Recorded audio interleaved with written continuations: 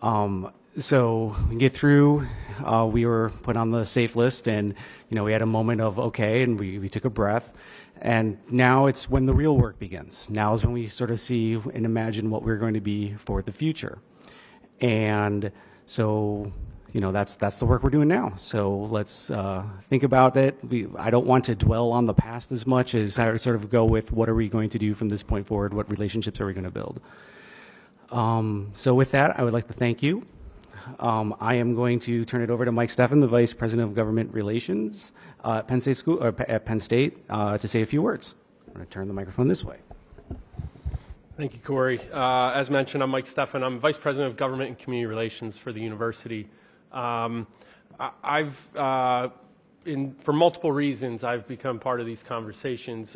Most notably, one of my roles right now at the university is to co-lead, in fact, what is to become and what is to happen at the campuses that are closing. So I've spent a considerable amount of time traveling the Commonwealth with my co-lead, Vice President for the Commonwealth campuses, Renata Engel, traveling the state and having the very hard and real conversations of what's to come next. But as we've been spending time on the road doing those conversations, we've also recognized and acknowledged we really need to start investing time at all of the campuses that are remaining, and how we can work with communities and elected officials around the campuses to identify ways not only for campuses to continue just to survive, but also to thrive. And so, I really view my role in these meetings as much as an opportunity to listen and take notes and take back to the rest of the leadership team at the university so that we can continue to try to think strategically about what does it mean to invest in campuses, not just in dollars, but in time and in talents, and how do we ensure that this isn't just a step one, right? Like, we want to ensure that these campuses continue for the long term. And that means a collective amount of support from, as mentioned, our elected officials in Harrisburg and in the county and locally, right? And it also means from University Park. And so that's really my goal, is to really try to initiate those conversations now across the Commonwealth. Myself, I'm a product of a Commonwealth campus. So I certainly come into this with the understanding of the value of the Commonwealth campuses themselves and what it means in terms of access and affordability for students to get into Penn State and to graduate from Penn State. So with that, thank you for including me and for the opportunity, but I really look forward to hearing the thoughts and comments and ideas from everyone else. Thank you, Corey, for allowing us here today, and Mike for traveling to join us. Not just to thrive, not just to survive, but to thrive. I'm going to quote that a lot. I like that. And as I was walking here from the car this morning, I just kept thinking what might have been, and I agree, Corey, let's not focus on the past, let's focus on the future. We know that this community has joined together to save this campus, but our work isn't done, far from it. So today we brought together students, the entire legislative team, university leadership, educators, students, businesses, community leaders to discuss how this campus can grow and grow and grow for many decades in the future. I'm extraordinarily pleased that Penn State has decided to continue its investment here, but it needs our help. Penn State Schuylkill can indeed thrive for decades to come, serving more and more students, further contributing to the economic growth of this region. I firmly believe that. And so, in order to get this program started, let me begin with my colleague to my right, who represents this campus here in the State House, Representative Tim Twardzik. Thank you, Senator. Welcome, everyone. It's great to see so many community members, educators, business leaders, and university representatives here today. Earlier this year, our community came together to ensure that Penn State Schuylkill would remain open, a campus that has been vital to our community and our region for decades. Its growth in enrollment, innovative programs, and the new nursing program have strengthened our local workforce and provided critical opportunities for students to pursue their dreams close to home. Today, we are looking forward. By working together, we can keep this campus better, serving our growth in enrollment and expanding our course offerings, and ensuring that Penn State Schuylkill thrives for decades to come. That's the word today, thrive. By working together, we can help this campus serve more students, support local employers, and strengthen the economic growth in this region. I look forward to a productive discussion, hearing your ideas on a bright future for Penn State Schuylkill. Thank you. Thanks, Tim.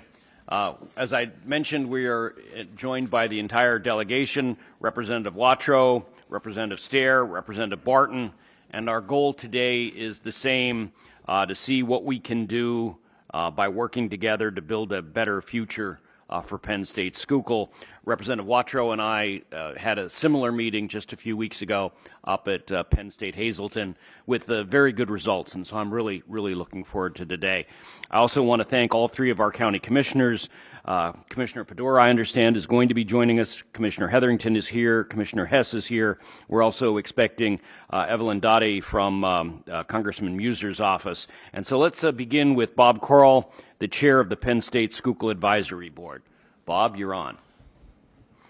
Thank you, Senator. Good morning, members of the Pennsylvania State Legislature, advisory board members, our county commissioners, co-op board members, faculty, students, community organization leaders, and board members, members of the public, and members of the media. It's my sincere honor and privilege to greet you on behalf of the Penn State Schuylkill Advisory Board this morning, 42 members strong, and our 8 ex officio members, including our state legislators and our county commissioners. A very special welcome to the Penn State University Park administrative officials who have traveled to be here today. The announcement in May of 2025 that Penn State Schuylkill campus would continue as one of Penn State University's Commonwealth campuses was met with sincere gratitude, but also with recognition of the serious obligation it represents. For many of us who have been associated with this campus literally for decades, in business, nonprofit, and personal capacities, there was never any doubt about the viability of Penn State Schuylkill, the regional value it brings to our students who have benefited from a Penn State education for more than 90 years, and the economic and workforce development advantages this campus contributes to the greater Schuylkill County region. Nevertheless, we approach this opportunity with the very seriousness it deserves. It is often said that sometimes we must come face to face with the possibility of losing something before we truly appreciate it. The recent review process of Penn State Schuylkill status has brought that reality into sharp focus for all of us. While I woke up this morning knowing that Penn State Schuylkill would remain a vital educational presence here in Schuylkill County, many of my colleagues representing other Commonwealth campus advisory boards and chambers of commerce across Pennsylvania did not awaken to that same sense of relief and gratitude. I know these colleagues very well from years of professional experience, and I understand the emotions they are facing related to the loss of students, loss of faculty and staff, loss of economic impact, and loss of workforce development opportunities. For those community leaders and their students, today's mission is very different as they prepare to wind down their campuses and face the inevitable consequences for their students, their faculty, and their communities. As such, my sincerest gratitude to our community leaders, all the community organizations, businesses, nonprofits, and all the concerned citizens they represent for assisting us in the advocacy and compelling arguments made to Penn State University's Analysis Committee and ultimately to the Penn State Board of Trustees to preserve this campus and all the benefits it provides for our students and the greater community. I would be remiss if I did not personally thank Chancellor Corey Scherer, his administrative assistant Teresa Holman, past advisory board president and counsel attorney Rick Wiest, and my chamber colleague and executive vice president of the chamber, Samantha Shavinsky, for their tireless efforts helping me and the advisory board in the campaign advocacy saving Penn State Schuylkill. I share this to remind us of the charge before us today, our responsibility to move forward with strategic focus and a spirit of collaboration and partnership between the university and this exceptional community. It is our collective duty to participate actively in shaping the future of Penn State Schuylkill and to embrace the tremendous opportunities it offers to our students, future students, their families, to our faculty and staff, to those who access the campus today and in the future, and to the business and nonprofit communities that benefit from the university's presence in Schuylkill County. Key elements of this work will include a thorough programmatic analysis of the majors offered here in collaboration with Penn State University officials to ensure that course offerings, majors, and degree programs align with the landscape of the business and nonprofit job opportunities in our region. In today's world, higher education is about more than earning a degree. It's about forging a career pathway that leads to meaningful, employable futures. To achieve that, we must strengthen relationships with our 12 public school districts, 2 Catholic school districts, and 1 charter school, all of which have students who can benefit greatly from the educational and economic opportunities provided by Penn State Schuylkill. Community leadership through the Penn State Advisory Board and the collaborative spirit that made the Penn State Schuylkill Co-op program not only a local success, but a model replicated across the entire Penn State system will remain essential. Organizations like the Schuylkill Chamber of Commerce, the Schuylkill Economic Development Corporation, and the Northeast Pennsylvania Manufacturers and Employers Association, working with all the business and nonprofit organizations they represent, many speaking here today as part of this strategic outreach endeavor, will lead the way in continuing the commitment this community has always had for Penn State Schuylkill. When combined with ongoing philanthropic support offered in any form and at any level, these efforts create the foundations of tomorrow's success, transforming today's dreams into tomorrow's realities.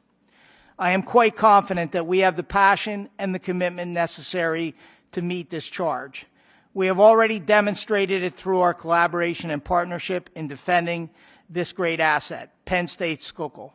Now, as we celebrate more than 90 years of excellence and continued growth, we owe it to our campus, our students, our faculty, and our staff, and our community to set the sails for a bright and enduring future. I look forward to working with all of you at Penn State Schuylkill and for the bright future this campus so clearly deserves. Thank you for caring and for joining us on this important journey together. I remain, we are. We're going to be hearing that more. You get time to practice. Thanks, Bob. Thanks for all of your many efforts in the last, not just the last few months, but especially in the last few months. It's time for us to turn to our next panel. Zachary Fisher is the president of the Student Government Association here. A.J. Serrano and Carter Strauss join him as very active students. Dr. Nicole Andel is the associate teaching professor. Dr. Michael Cardamone, professor emeritus here at Penn State Schuylkill.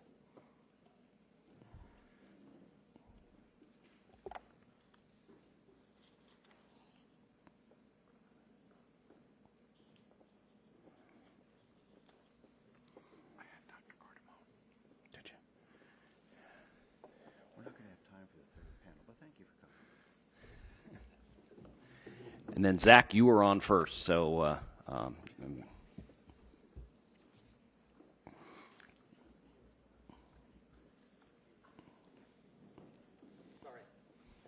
small friend.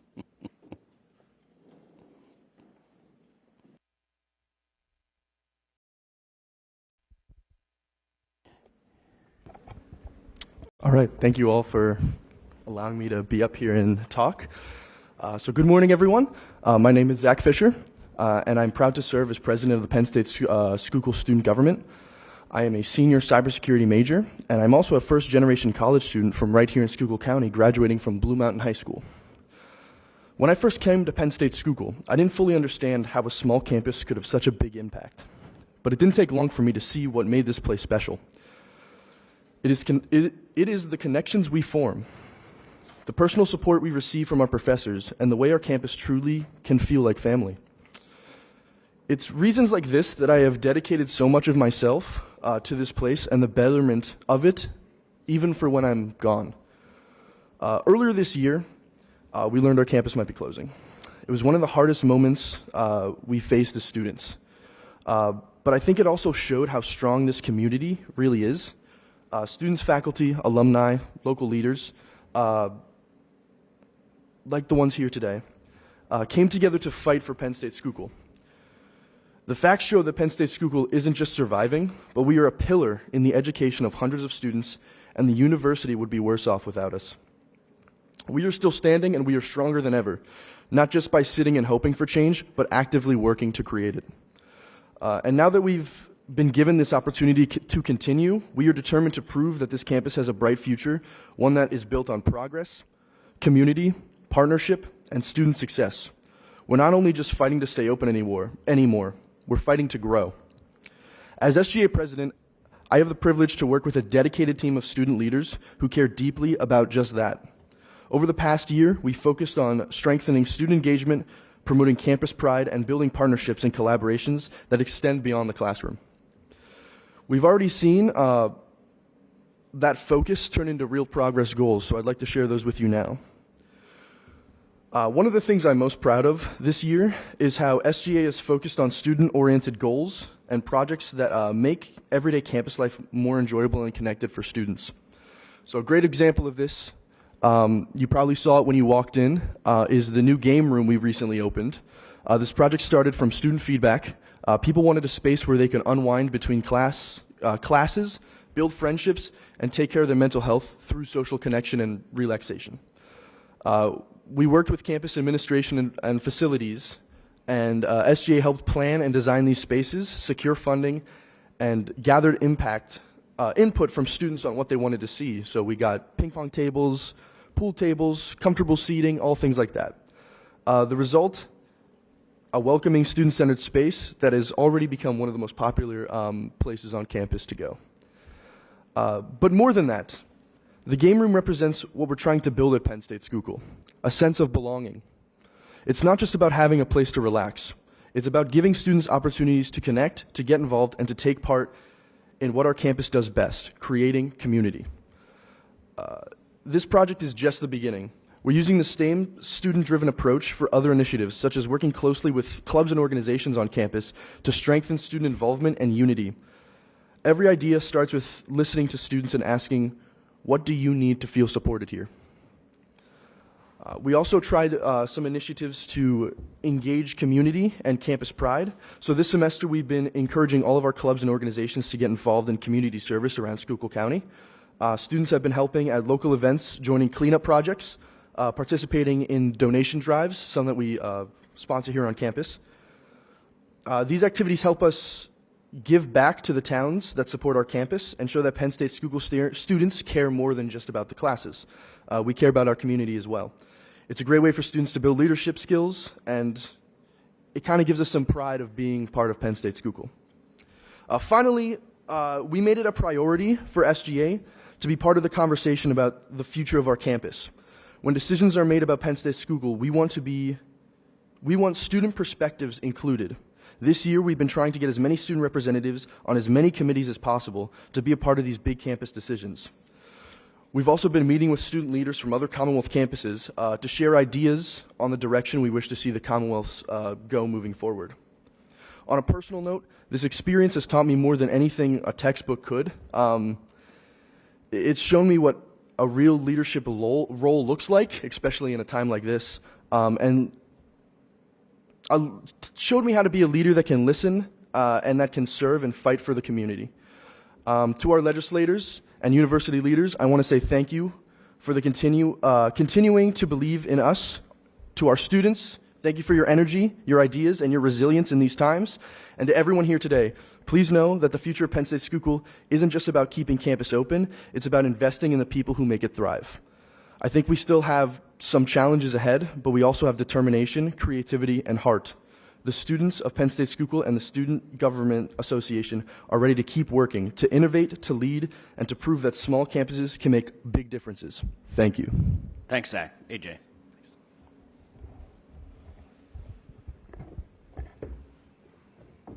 Good morning, everyone. I hope you're all doing well. My name is AJ Serrano. I'm a third-year student here at Penn State Schuylkill. I major in business management and marketing. I also minor in corporate communication, as well as pursuing a certificate in sports administration. I'm also the president of Pennsylvania FBLA Collegiate, also known as Future Business Leaders of America. It is a statewide organization featuring over 20 colleges to enhance students' learning in business education. I'm also the president of Penn State Schuylkill's FBLA chapter as well. In the past, recently, we've had some big challenges, of course. Going through the news of a closure and many campuses closing within the university as a whole is definitely news that came to all of us as a surprise, whether you're a legislator, student, alumni here. There's so many things that come with that news that you don't know what to think, right? At Penn State Schuylkill, we wanted to move forward. The word of the day, we wanted to thrive. So what we wanted to do as students, as alumni, faculty, we all came together. We faced those challenges head on, worked hard, and we got through it. After a couple of months, we got the great news that we were going to stay open, but that is only the start, as has been mentioned already. We need to work forward, or we need to continue to move forward, work hard, and see how we can advance as a university and as a community together. So one of those things that you kind of consider as a student here on campus is you get your degree. You have 4 years of education, experience in extracurriculars and different activities on this campus, and even out in the community. You get involved, maybe you have internships. What do you do when you move forward and you graduate from the university? One of those things that creates good experience for our students is a co-op program. This is a program that has been evaluated over time and continues to thrive on this campus. Even when the final recommendations were published by the university, one of the things that they noted about keeping our campus open was co-op. It was directly cited in the final recommendations about our campus and whether it should stay open or not. So the program has been very vital, and university leadership all across the Commonwealth has noticed that. So as a student, it's a program that you can utilize to get real world experience. Through the program, you could get internships with local businesses, engage with the local community, meet leaders, get involved with different opportunities, and it teaches you those skills that you might not get in a classroom. That co-op program has currently had 30 students within it, and they do a mid-semester review during that program to say, hey, do you like this program? Is there any feedback that you have on it? Do you plan to continue with the program? One student out of those 30 has said no. So throughout that time, we've had a very strong retention. Those students are having those in-demand skills taught to them. They're getting internships. They're getting real work experience in the community. And because of that, they're going to be able to go and thrive in the community, whether it be Schuylkill County, hopefully they stay local, or any place other.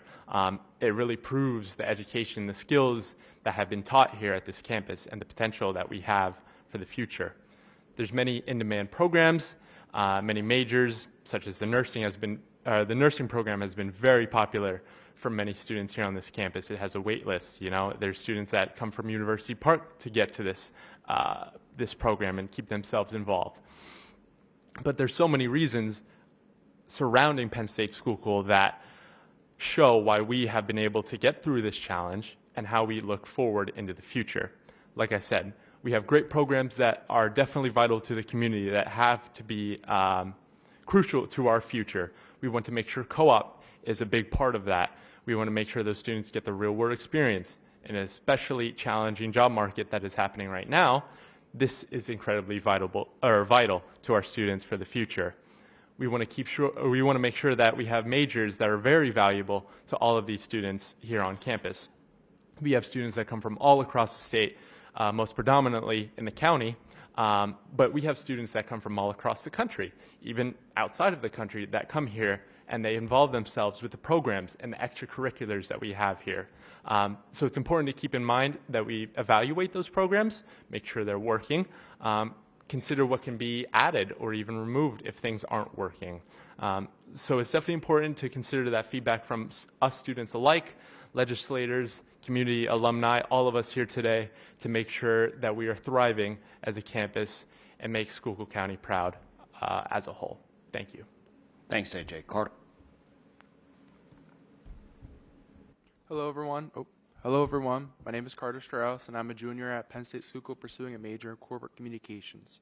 A little background about what I do here is I'm actively engaging in campus life through my involvement in several organizations, including the Future Business Leaders of America Blue and White Society, Lion Ambassadors, the Student Government Association, and the president and founding member of the Sports Club.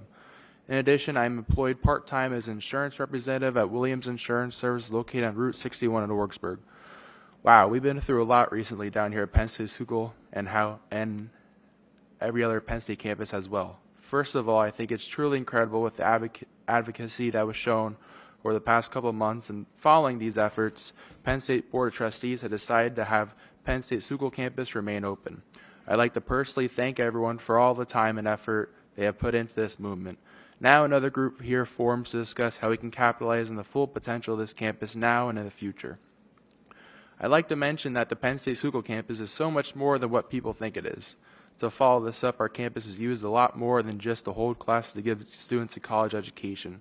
On so many occasions, outside organizations use our campus to hold various events. On multiple occasions last year, organizations and programs are invited to campus for numerous different meetings. To add to this, the Penn State Schuylkill Co-op Consortium does a lot to help students like myself thrive in a college setting. There are various events they hold throughout the year to get college students ready for employment. These include 2 career fairs held in the gym every year, events like a past business etiquette dinner, and other events that they sponsor throughout the year. To show the results that the consortium does for our students, you could read articles that Penn State Schuylkill releases named Co-op Stories, which are about students' internships and experiences they had at them. Co-op is also led through a class which students are able to take to gain the skills and knowledge to thrive in the next step of life. Co-op has benefited my career so far as I met my employer at a career fair during my freshman year. I use the skills I learned through the class and gained through the countless sponsored events pretty much every day. There are not many people who can say at 19 years old they have an insurance license and work at an insurance agency part-time while going to college. I really think that the word should get out there more about the co-op program and these co-op stories. I feel like they get a great amount of feedback and a good reception overall. But I feel like we could expand on where these media pieces go and should be sent to local newspapers so they can implement these into stories and to spread the message even more and further. I have a lot of good friends who go to different Penn State campuses and different universities altogether, and they are always amazed at the stories I told them throughout my adventures I had through internships and other opportunities I had as early as my freshman year. I feel that if these stories and testimonies could branch out even further, it could expand this program and the campus as a whole. There are also countless other uses for our campus which I feel should be utilized. A popular program through the Penn State system is a 2+2, where students can complete their first 2 years at a Penn State branch campus, such as ours, and transfer to another campus to finish their degree. While a good number of people utilize this tool to transfer to University Park or another location to attend classes, a good number of students would rather stay here if another major was added to the curriculum. In fact, numerous students that I talked to have changed their major so they get to stay here to complete their full bachelor's degree because they like the campus environment that much. A related field that I typically hear people needing to transfer campuses for, and one which would be very popular here, would be in the engineering realm. If this were a degree offered here, I bet we'd have a lot more enrollment and a lot more activity here through engineering-related job fields. There's a lot more potential, a lot more that I could talk about, but I wouldn't want to take time away from any other people. I will say that I implore people in this room who already do a lot of advocating for our campus to take a tour of the campus and see everything special about it through missions and our Lion Ambassador tours. There are a lot of elements of this campus that have been recently renovated and changed from the last time you may have toured or been on campus. Through this, you can see all the updated facilities, apartments, and the game room, which has been a hot commodity among students, and use this in further advocating that is done for Penn State Schuylkill and Penn State as a whole. Thanks, Carter. Dr. Handel.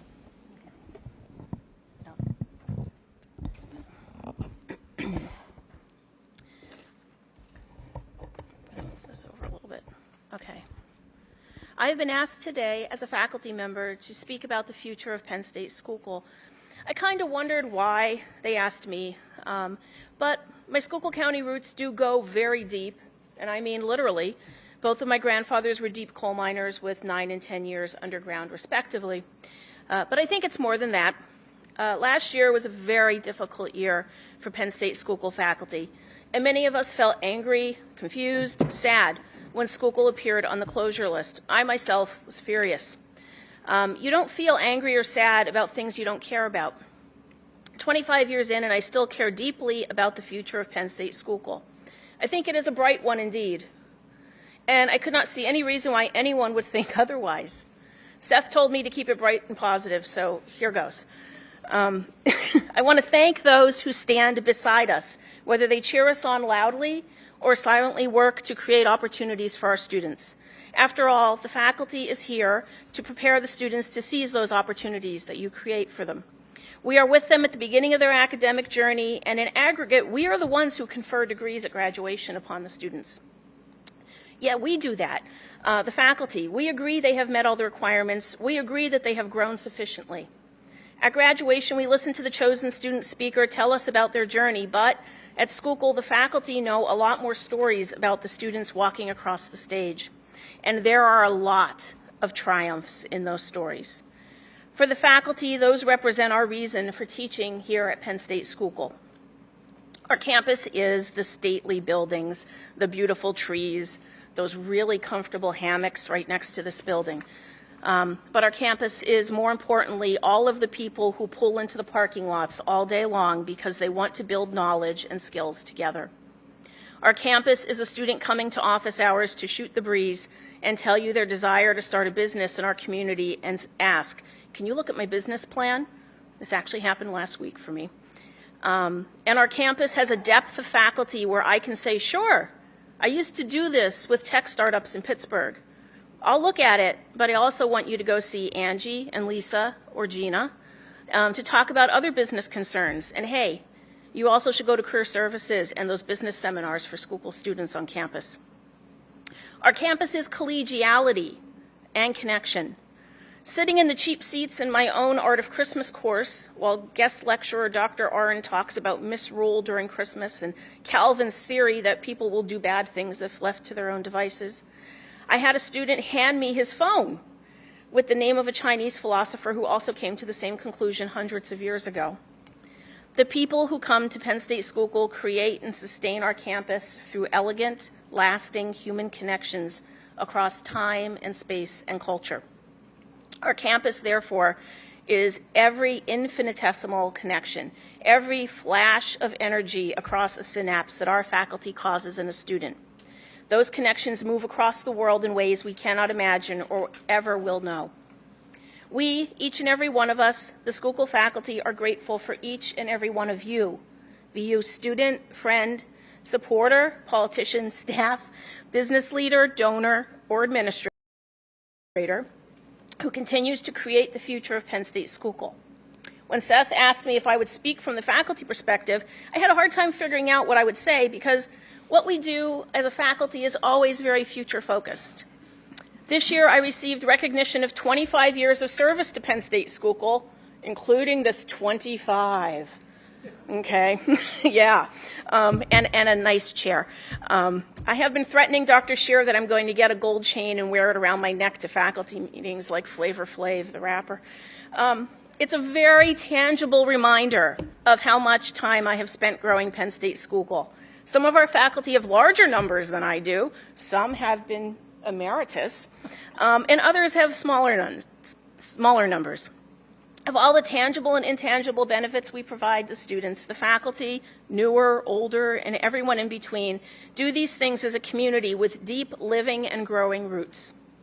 I don't think many people outside academia know this, but we call our resume a CV, the curriculum vitae, which translates from Latin, the life of our study. And we call it that because the life of our study breathes and grows. Fields also often maintain genealogies, professor family trees, showing how we nurture and maintain and pass on that study for future generations. In the coming year, Penn State Schuylkill will be adding quite a large number of new faculty. And while it can be burdensome to sit on the committees, the current faculty will do it and choose the future teachers and researchers of Penn State Schuylkill. We hope the new members of our academic family will add to our community and grow it all the ways that it needs by asking the big questions, helping to solve problems, and developing a student body ready to take on the challenges of the ever-evolving workplaces in Schuylkill County, Pennsylvania, and beyond. Thank you very much, Dr. Ketterman. Hi. Thank you, Senator Argel and Representative Stair, Watrow, Swarzik, and Barton for housing this roundtable discussion on the future of Penn State Schuylkill. Having been a part of this university in various administrative and faculty positions for more than half a century, I often advise my students to establish what we need to know and what we want to find out whenever we are presented with a challenge. I'm looking specifically at Commissioner Hetherington as one of my former students. What we know is that our campus is successful and has been successful. What we want to find out is how to continue our success in this changing higher education environment. The evidence to support our claim of success is simply that we have survived the administrative plan of campus reduction and have been found ready for future university evolution. The basic reason for this success is that we provide relevant, university quality programs at affordable costs. The challenge we face is to continue providing relevant programs our students and community need while remaining affordable. We arrived at this point starting in 1934 with the establishment of Penn State Pottsville Undergraduate Center. 3 decades later, when President Eric Walker created the Commonwealth Campus System, we became Penn State Schuylkill Campus. In 1963, we accepted inclusion in Walker's concept of being one university geographically dispersed. In the late 1960s, Schuylkill County sold this 42-acre site of the former county almshouse, buildings and land, to the university for the sum of $1. The university then invested a bit more than $500,000, about $5 million in today's money, to create a real, though primitive, university campus, consisting of the administration building, the maintenance building, and the classroom building on this side of Route 61. The classroom building was more than just classrooms. It was all of our laboratories, classrooms, the library, and the student lounge in the basements. Across the highway was the converted anthracite research laboratory we used as our women's dorm, and a large garage we fondly called our field house. The first new campus building was the current Health and Wellness Building, which originally was called the Multipurpose Building. This new building was completely funded by the state and was built by the General State Authority. As the campus evolved, we built or renovated all the buildings we currently use. Each building represented the public-private partnership that was essential for our development. The Student Community Center we are in today originally cost about $1.3 million, split evenly between locally raised funds and university contribution. The residence halls, now owned by the university, were built at some significant financial risk by the Campus Advisory Board. Our most recent building upgrades include the modernization of the classroom building with the inclusion of the nursing suite and the refurbishment of the classrooms and laboratories. Also, we modernized the Student Community Center to make it more attractive and accommodating. Since our arrival at this location, our campus has evolved from that primitive facility into a state-of-the-art educational complex. This entire progress was accomplished with the cooperation and support of state, local, and university contributors. We know we have an excellent educational facility. While the campus was growing physically, we offered academic programs that met the needs of our students, whether they were associate degrees in engineering or radiologic technology, or lower division baccalaureate courses which allowed our students to remain local for 2 years before moving to University Park for completion. With the reorganization of 1997, we were able to offer several completable baccalaureate degrees at our campus. Today, we offer a spectrum of programs designed to meet student needs. Our successful co-op program is the model for the university. We know we provide higher education that meets the students' needs. The university is currently in the process of reviewing all its program offerings with the goal of assuring that a correct mix of academic programs and degrees is available throughout the Commonwealth campus environment. This review could result in changes of our local offerings. The review results are to be made public during this academic year. 50 years ago, the vast majority of the university's education budget was funded by Commonwealth appropriation. Today, most of this budget is funded by student tuition. It is unrealistic to hope the current situation will return to the original model. We can meet this challenge with a three-pronged approach. First, the university can continue applying differential tuition for Commonwealth campuses. Secondly, we can diligently seek scholarship donors for campus students. Finally, we can urge our legislators to examine creative ways in which the state appropriation may be used in a way to decrease the burden of those students who choose to study at a Commonwealth campus. If we can do these things, we will successfully continue providing our local community with quality, affordable higher education as the university evolves and moves forward. Thank you. Thanks, Mike.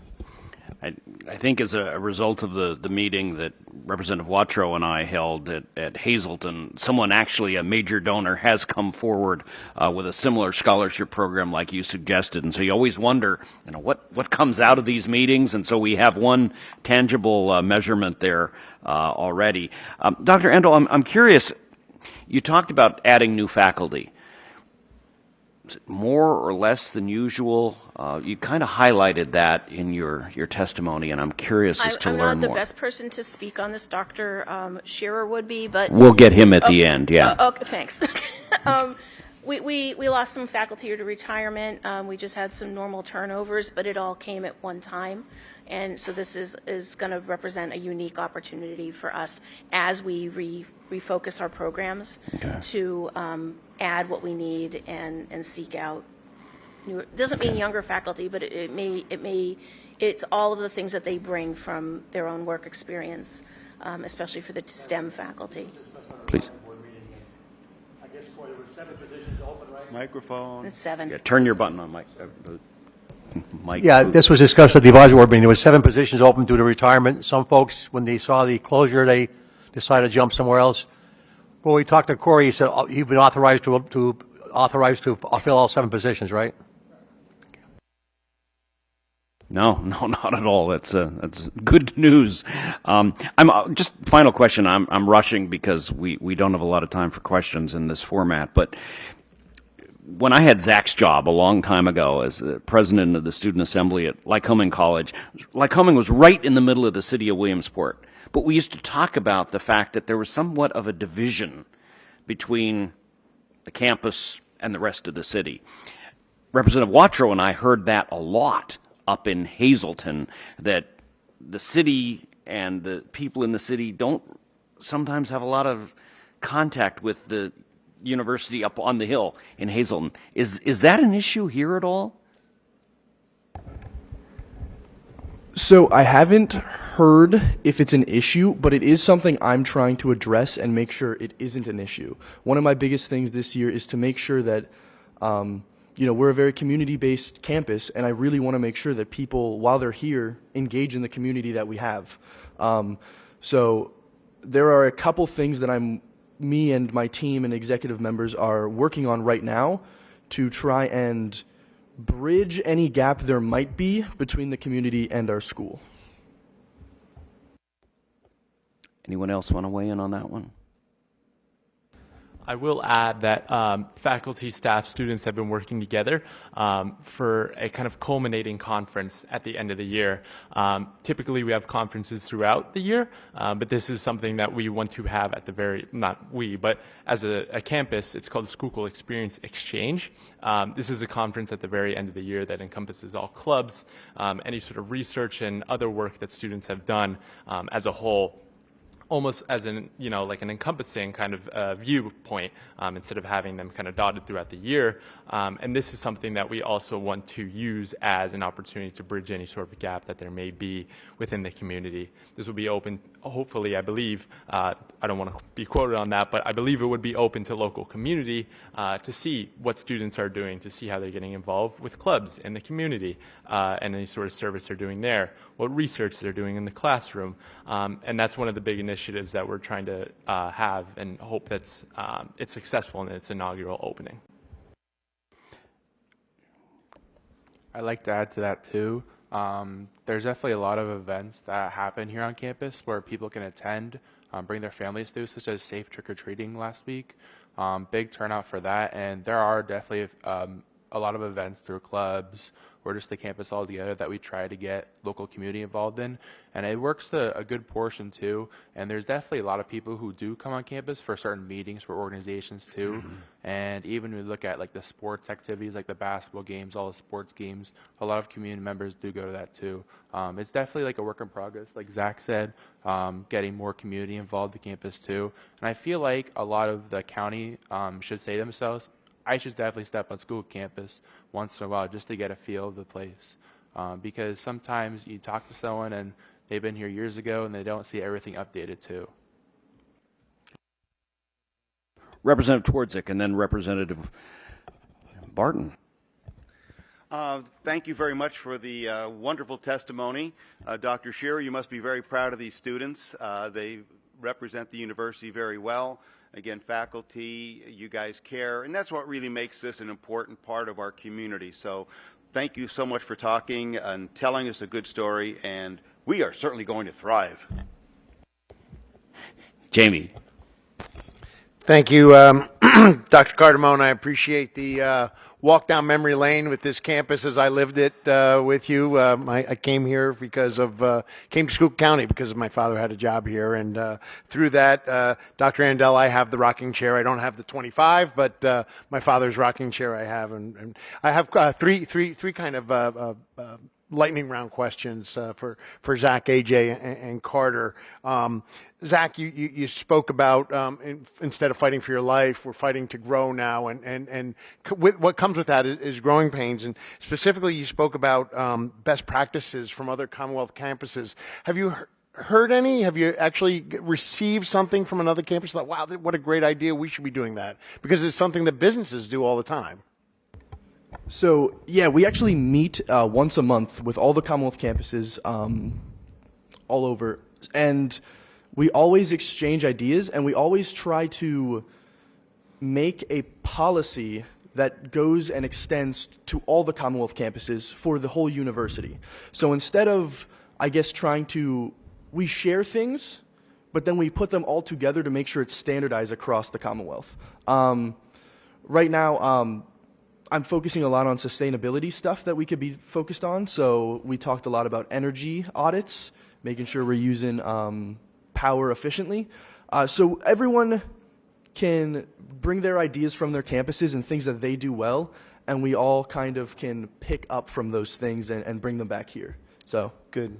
Thank you. And AJ, you spoke about the co-op program, but having majors that are viable. Have you found? I think likewise, we need to probably eliminate majors that aren't viable. Are you able to share any of your findings there, or Yeah, definitely. So like I kind of mentioned, nursing has always been kind of one of the strongest Right. programs here on this campus, and you've seen it through, all the experience that these students have. Their passing rates on all of these exams are very strong compared to some of the local schools in the area. There's always popular in-demand majors like business and things of that nature, but I think what adds on to that is the extracurriculars and the involvement that we offer to students as well. Again, the co-op program is so vital. It's issued as a class on top of your programming, whether you're psychology, a nursing, a business student. But I think being involved in those type of events or those type of programs as well, super crucial to you and your education as a student. There's definitely some things that can be added, and we can, kind of determine as a whole and see what the environment in Pennsylvania is like for other colleges. But I think right now it's definitely important to consider some of the extracurriculars and the involvement students can get beyond those majors as well. That review is definitely done by the university, and Right. as mentioned, to be coming out this academic year as well. I think it's important when you can share those findings with the university, that the university will be welcoming to any of that. And lastly, Carter, you spoke of and congratulations on being running a business as an insurance agent while you're going to school. I don't know too many people that do that anywhere. So God bless you, man, and keep up the great work.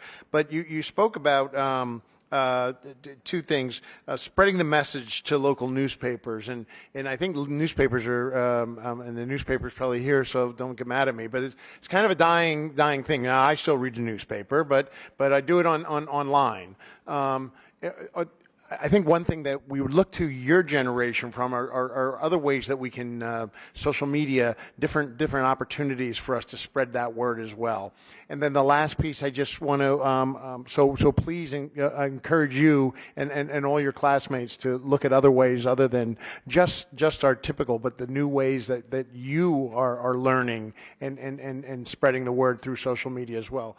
Engineering is what you spoke of, and you're right on with that, because we see data centers popping up all over the place, and they're grabbing what I'm hearing is all the good engineers are going to these data. They're great paying jobs, and they can't get enough engineers here in Pennsylvania. So that's more of a comment, but you're dead on with that as well. Thank you all. Thank you. That was very valuable to all of you. You give us a lot of information to follow up on. And Mike, I was chuckling when you were talking about the historical growth of this campus. The first bill I ever worked on that became law, first bill I ever worked on was to build the library at the end. It was also the first bill I ever had that was vetoed, and we had to go back and do it a second time, but we got it done. It was done, and was done with the help of the state. That was the last portion that made that building possible. Yeah, I still have scars from that one, but I feel good every time I see it. Thank you all. Yeah. Our next panel. We've heard a lot about co-ops. We're now about to hear a lot more detail. Joe Guerra is the vice chair of the Penn State Schuylkill Co-op National Advisory Council, and John Hart is another member of the Penn State Schuylkill Co-op National Advisory Council. And Joe, you're up first.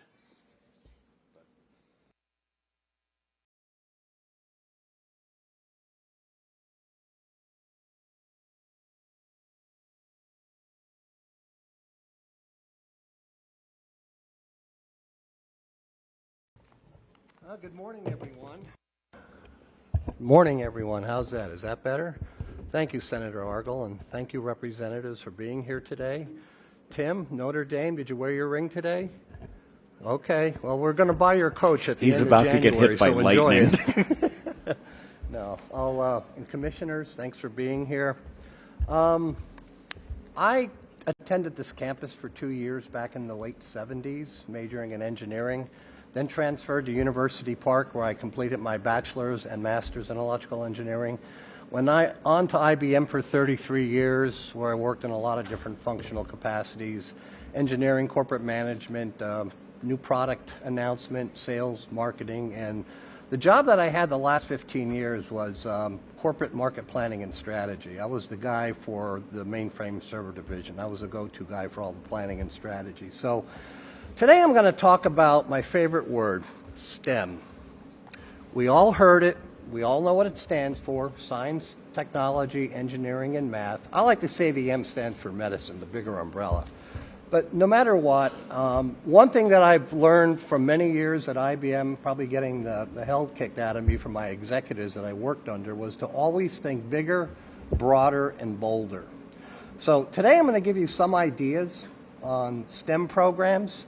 Some of these ideas are based on current programs that are here now, and some ideas on how to enhance them and broaden them. Some of them are going to be some new ideas on possibly new programs to bring into it. So a couple data points first. BLS, Bureau of Labor and Statistics, they just updated all their data in July, and they do 10-year outlooks. Job growth rates for STEM-based jobs, and STEM is a very broad category. It's a little over 8% growth over the next 10 years. Compare that to non-STEM jobs, which is about 2.7%. So the opportunity is certainly there in terms of growth. Salaries, the average STEM salary right now is $102,000. I think that's understated, because the way they did this analysis is it was actually based on year-end 2023 data, so that number is actually higher.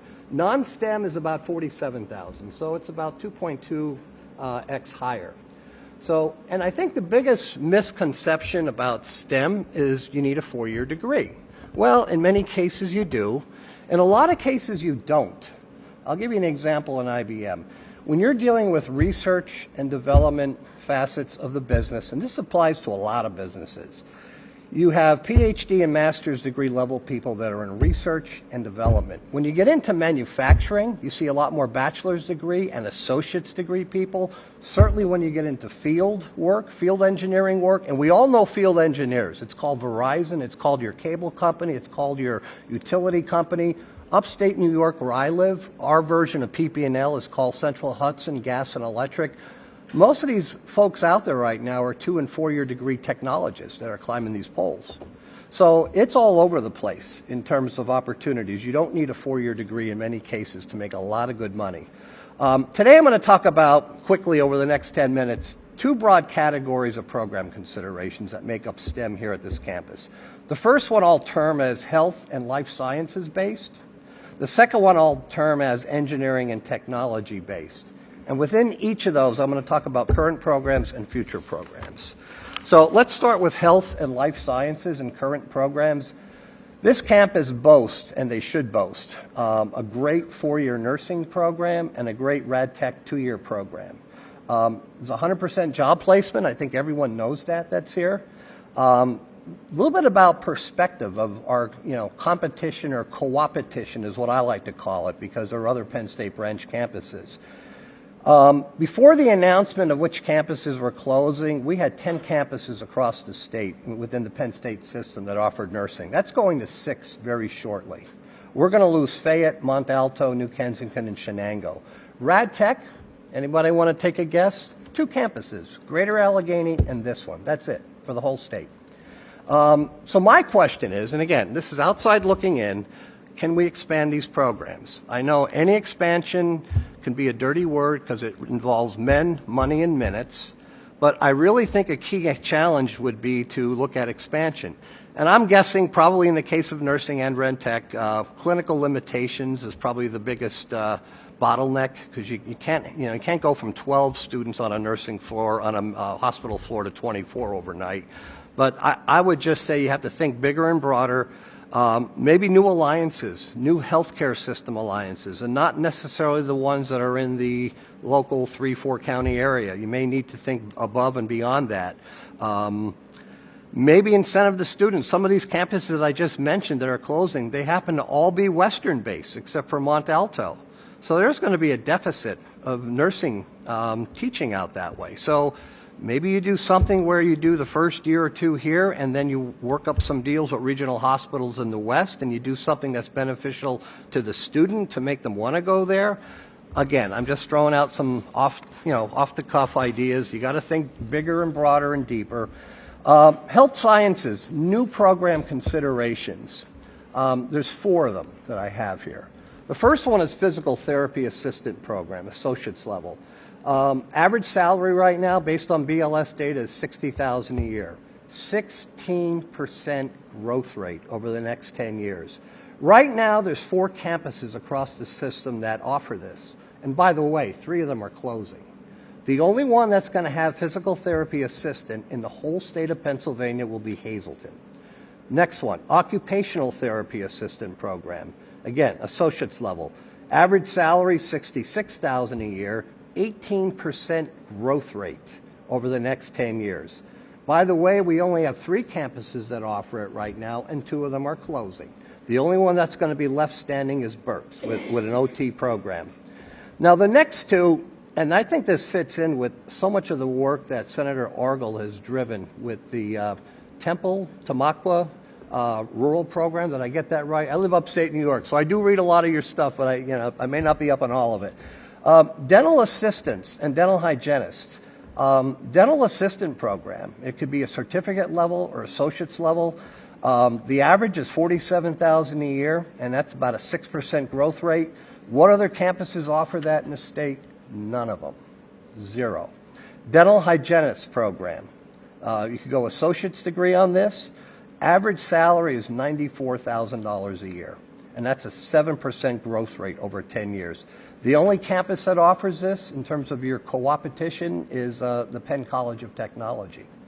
So both of these programs, like I said, maybe some alliance could be done with the Tamaqua program, because capital outlay, I get it, is a big part of these programs with on-hand training, but maybe a lot of the coursework could be done here, and the practicum, if you will, could be done through the new alliance and through the Temple Alliance.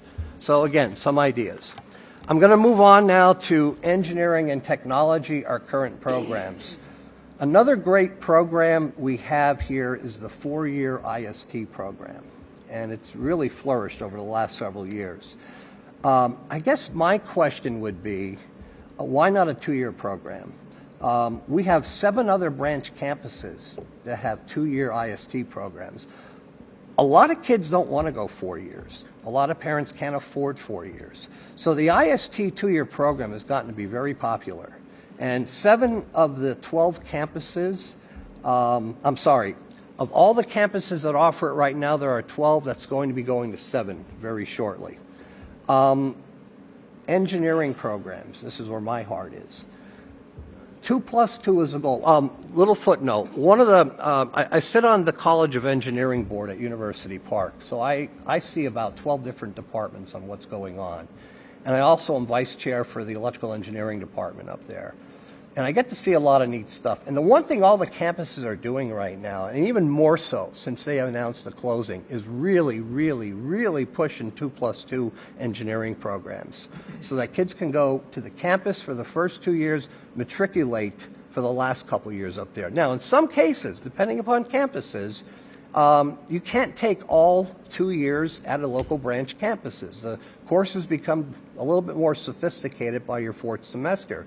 So I learned about the multi-campus registration that they have available throughout the Penn State system, and also digital learning cooperative, whereby you can basically take that particular class either via like a Zoom meeting, basically, delivery system.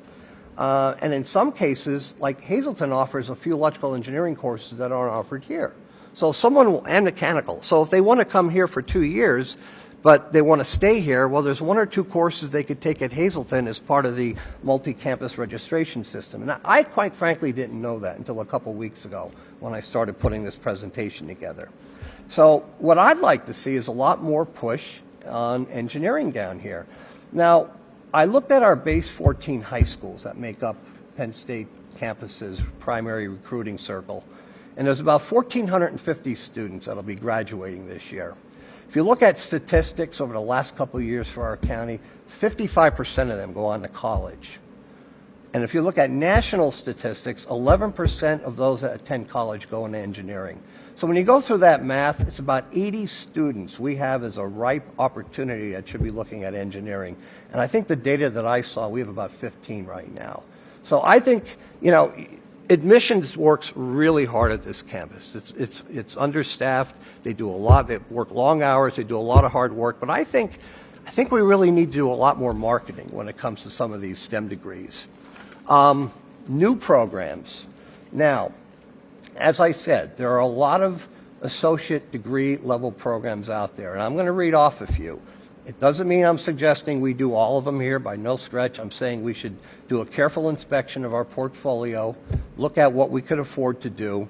The one thing I learned, I didn't know we had a surveying program at Penn State, and there's only one campus that has that, Wilkes-Barre, and they're closing. I've been working with the career services people on some of the campuses as part of this engineering board I sit on. And I didn't realize that they had a company come to the surveying professors last year, and they said, we want to hire all your surveyors. And they said, well, they're still in school. They have another year left. They said, we will give them a full year's salary for 3 months worth of work. They cannot get enough of surveyors. So, and when I talked to the career services director, who's responsible for now Wilkes-Barre and Hazleton, she said, no one's picked up this program. No one. So, I mean, there may be opportunity right there. And surveying is growing. I think that's a 6 or 7% growth rate over 10 years. So it's not a failing program. There are a couple engineering technology programs. One is a base engineering technology program, associate's level. There's 4 campuses that only offer that. 3 are closing. And the only one that's going to offer an associate's in engineering technology is going to be Erie. Electrical engineering technology. Again, associate's level program, there's only 2 campuses that offer that, and they're both closing. So as of the end of next year, no one's going to be offering electrical engineering technology, and yet these people are utilized by communication company, semiconductor companies, electronic companies, the list goes on. Hazleton is the only campus in the system that has a 4-year alternative energy and power program. Now, I'm not suggesting we compete 24 miles away and do the same thing, but there may be an opportunity to come up with a 2-year associate's program because, like I said, a lot of utility companies hire folks like that. And the other hot degree is biomedical engineering technology. These are the people that go to your medical offices and fix the equipment. And there is a big need for them. There's only one campus in all of Penn State that has it, and that's Greater Allegheny. And one program that I think you're going to see campuses develop in time will be artificial intelligence.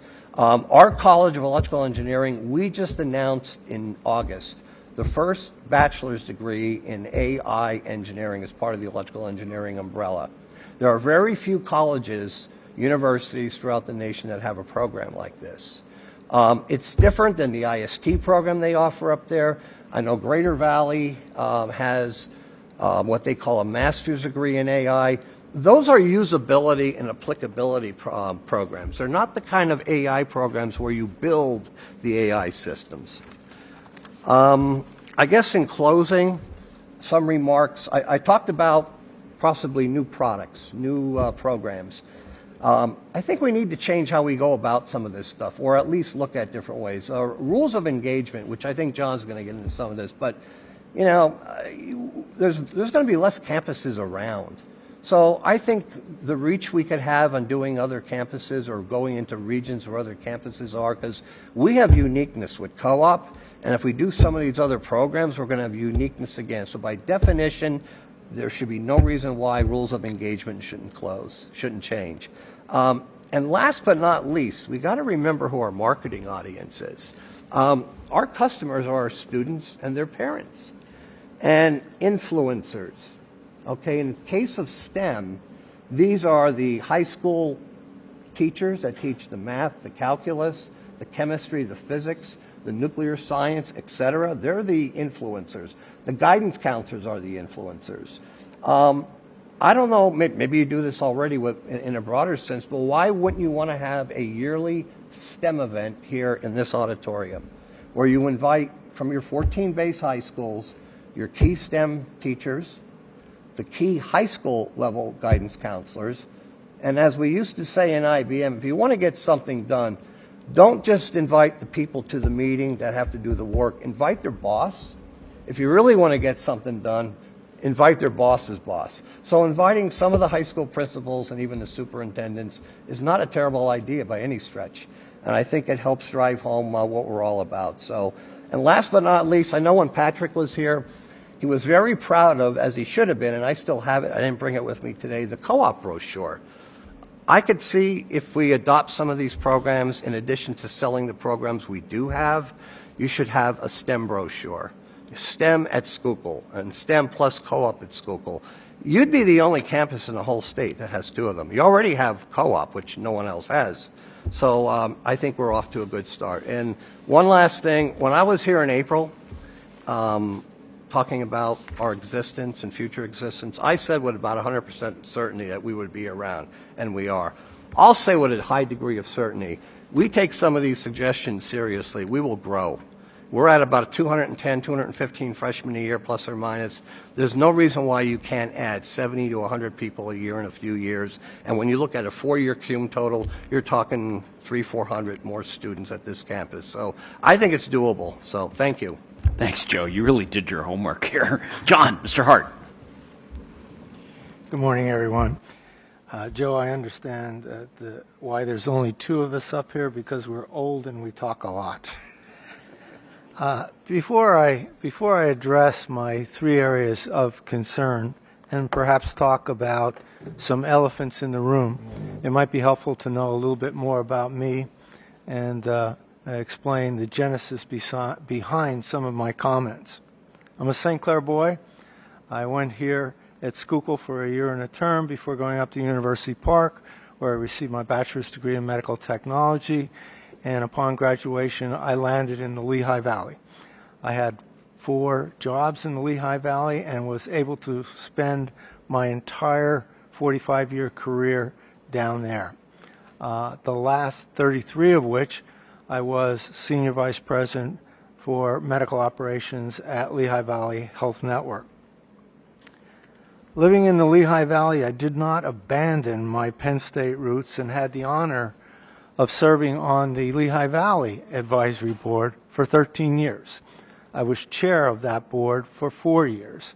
I was the chair of the board that had the responsibility for convincing University Park to give us money in 2008, a very difficult financial year, to give us millions of dollars to move our campus from Fogelsville down to Center Valley.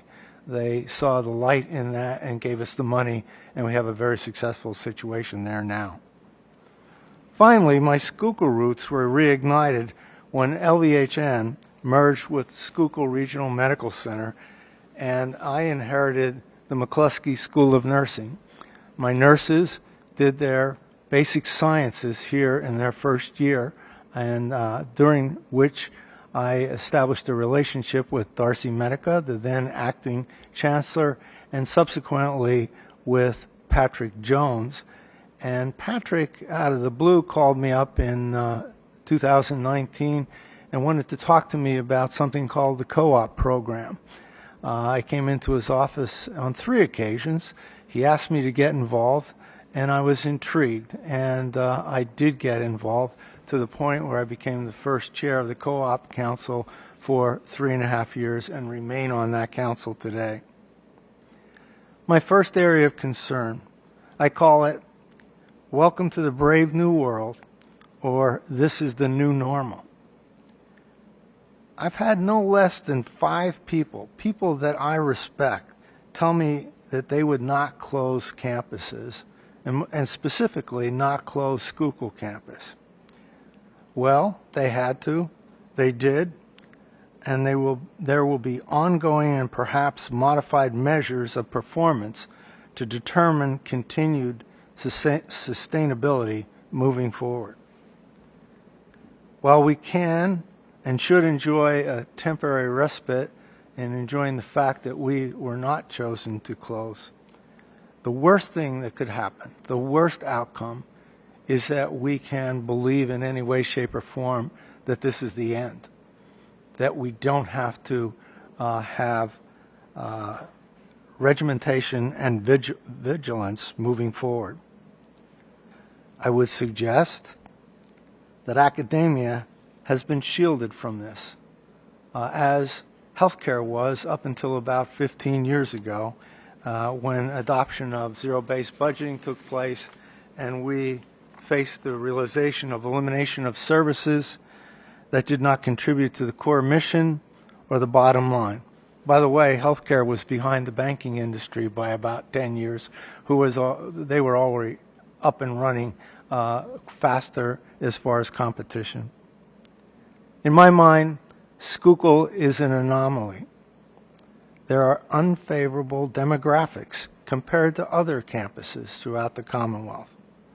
We are also an anomaly in that we are the only campus to have continued growth in each year for the 5 years in a row. So how did that happen? Well, I have an interesting theory on the first point, and that is people in Schuylkill County see this campus as their school. It doesn't matter whether their kids went here, they went here, whatever.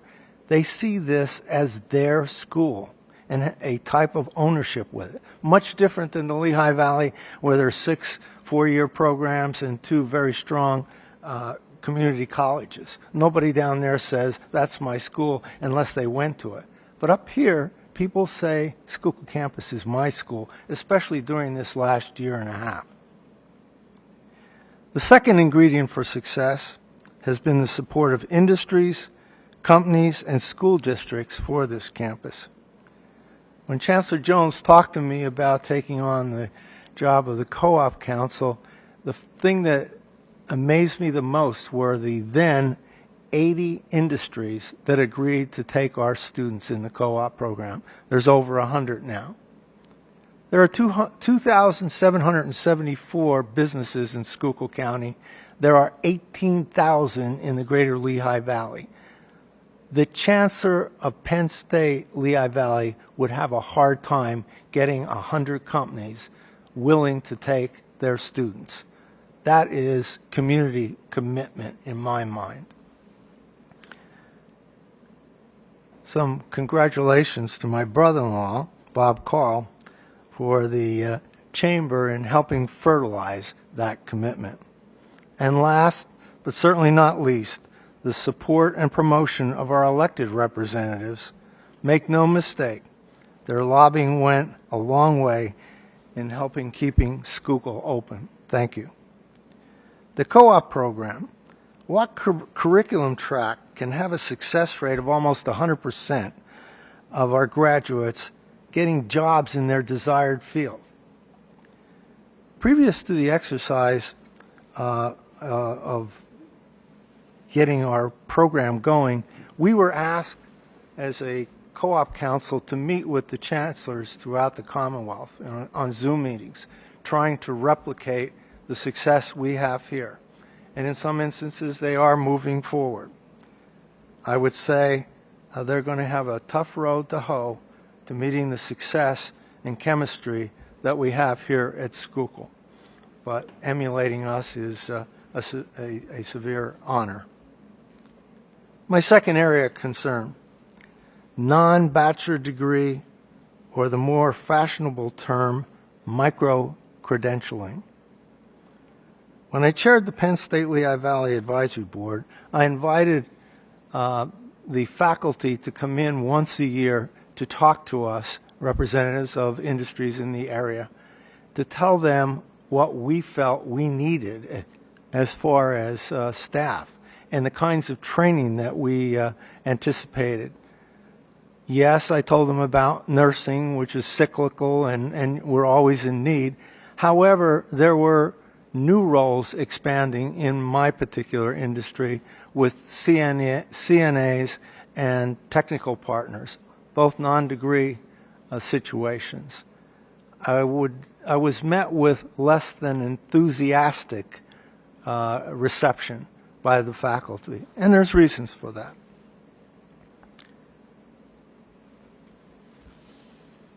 Since I had the responsibility for the Division of Education, I took it upon myself, and we created our own in-house training program, and we did it to the point where our competitor came to us and asked if they were permitted to send some of their personnel to our program for a fee, of course. We didn't do it. While I understand the desire to teach students at the highest level of your terminal degree expertise, there is now an even greater need for our non-bachelor's degree training. Much of this need was covered by Mr. Guerra addressing the STEM associates programs and some of the certificate programs mentioned.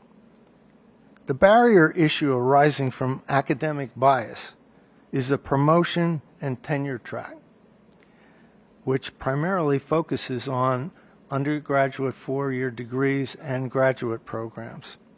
There are some places who've taken the steps to develop programs that are not bachelor's degree.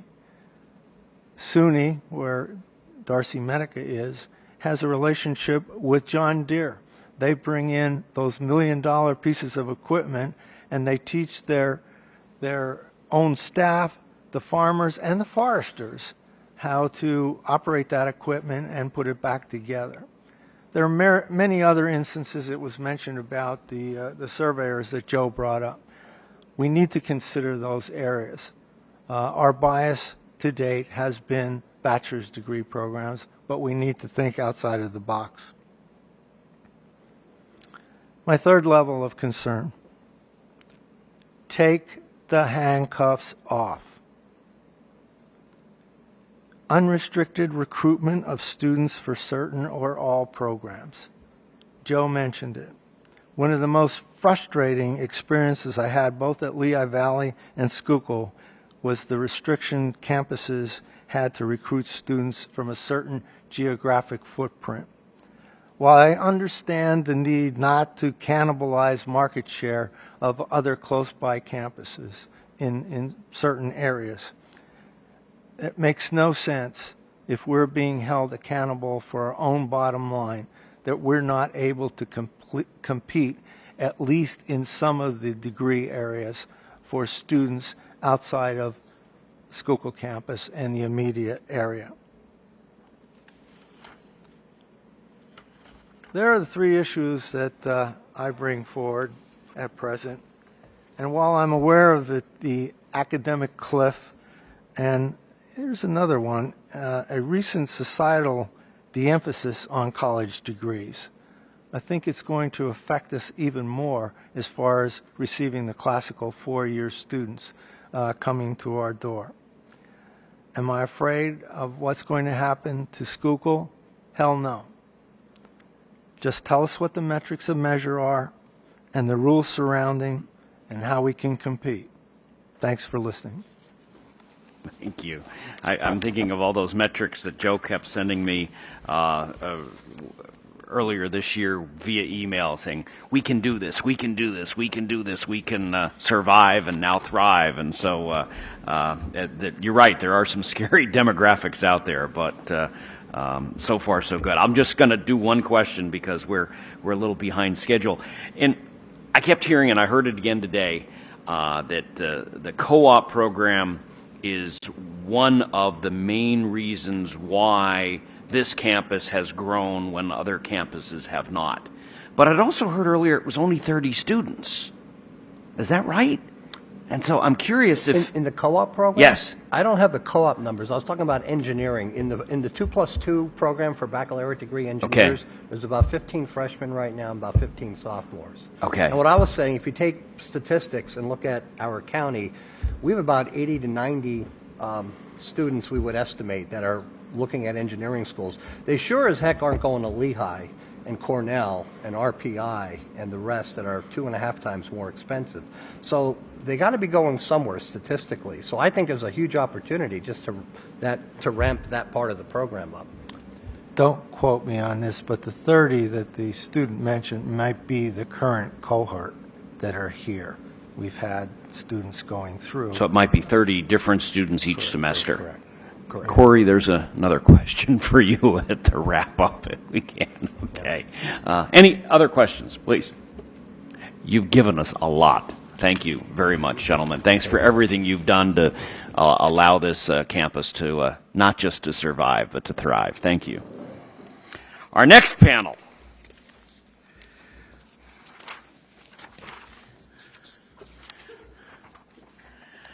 Samantha Shavinsky from the Chamber, Frank Zukas from SEDCO, Darlene Robbins from the Manufacturers and Employers Association, Micah Gursky from St. Luke's, Terry Purcell from Lehigh Valley Health Network, Sean Fitzpatrick from Schuylkill Haven School District. In the interest of time, I shortened all your titles. I hope you don't mind. Sam, would you like to begin?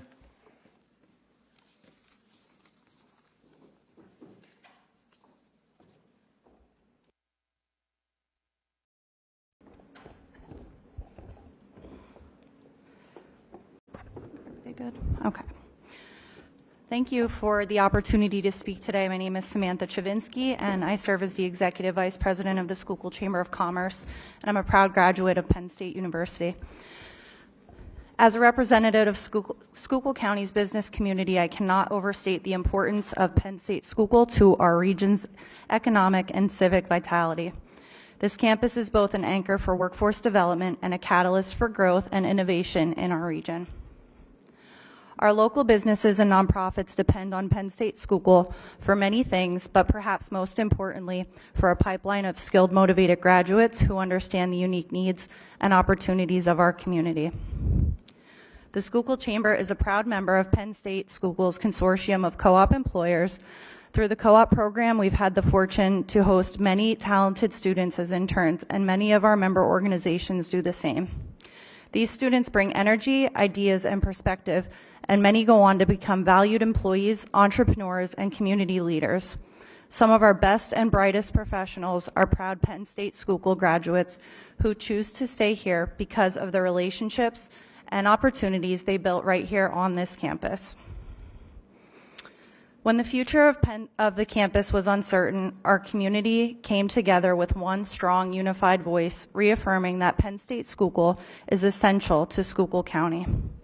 Programs like nursing and radiological sciences serve as direct pipelines for our rural healthcare partners, strengthening not just our economy, but the health of our entire region. Looking ahead, we see tremendous opportunity to deepen our partnerships with Penn State Schuylkill. Together, we can expand internships and co-op experiences, align academic programs with emerging industry needs, and create even stronger connections between students and local employers.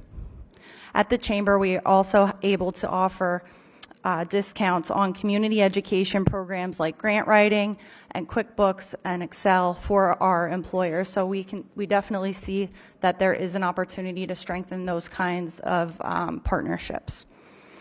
Penn State Schuylkill's success has always been rooted in community support from business leaders, educators, healthcare professionals, and our elected officials. The Chamber is proud to stand beside them. Together, we can strengthen outreach to local school districts, promote dual enrollment opportunities, and show students that a Penn State education and a rewarding career can begin right here in Schuylkill County. Our Chamber team and Board of Directors remain fully committed to working with Penn State Schuylkill leadership to grow enrollment, expand programming, and align education with real workforce demand. With nearly 20 industry clusters represented in our membership, we're confident we can continue bridging the gap between education and opportunity, ensuring that Penn State Schuylkill remains a cornerstone of progress for years to come. Thank you. Frank Zukas. We're kind of the utility fielders that exist with the Schuylkill Economic Development Corporation and our sister organization, Schuylkill County Industrial Development Authority. We did have the good leadership of Joe Jones as one of our board members for a long time, and we did end up creating an endowment associated with scholarships for local folks from Schuylkill County. Back in the days when Route 61 was being built, we, along with the county commissioners, came up with a a way to get around the issue of the fact that these 2 traffic lights that were installed, which had to be done over the objection of the local municipal government, got put into place and obviously aided the not only just the safety issues with regards to access to the campus, but helped grow some of the commercial development that took place along the way as well. From my perspective, I look at things from a standpoint of assets. Economic development, while we deal with real estate all the time, we don't sell real estate. We develop projects, and projects mean that we sell the community, and the community includes, obviously, lifestyle, housing opportunities, employment opportunities, all of those issues that basically come into the quality of life category. We work very closely with Darlene's group and with the Chamber of Commerce in obviously promoting that type of quality of life options within Schuylkill County. But the real estate end of it is always my curiosity. There was a discussion, or at least a reference to the fact that housing units exist on the campus. The County Industrial Development Authority actually did the underwriting of some of the borrowing that was done by the advisory board to build those units over time, and knowing what the student population is now in relation to what housing units are available, they're underutilized. So I think utilizing those underutilized or unoccupied housing units in the promotion of some of the options for additional coursework that were discussed earlier today, I think it's something that truly needs to be looked at and understood.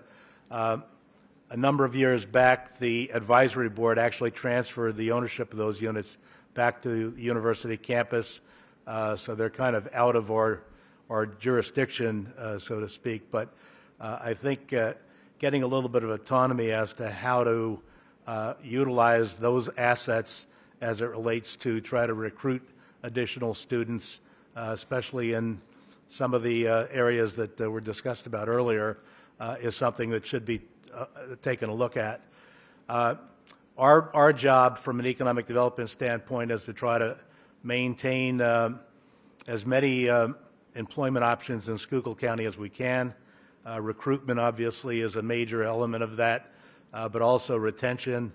There is a lot of turnover that exists across the board with regards to companies that are in a growth mode, and also those that are in a mode where corporate decisions are made to consolidate operations, and in some cases we win that battle and get that expansion here.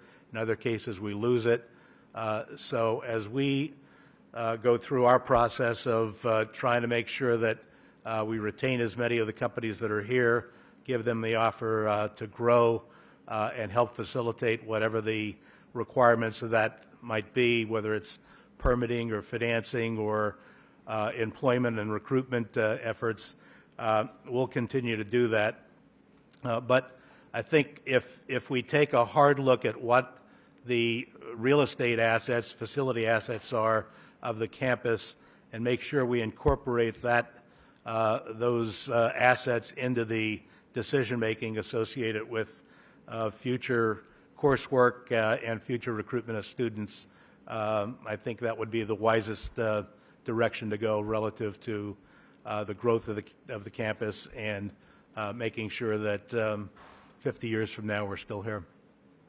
Thanks, Frank. I kept hearing is that, well, why did this campus make the cut? And I do think housing was a big piece of that. Darlene Robbins.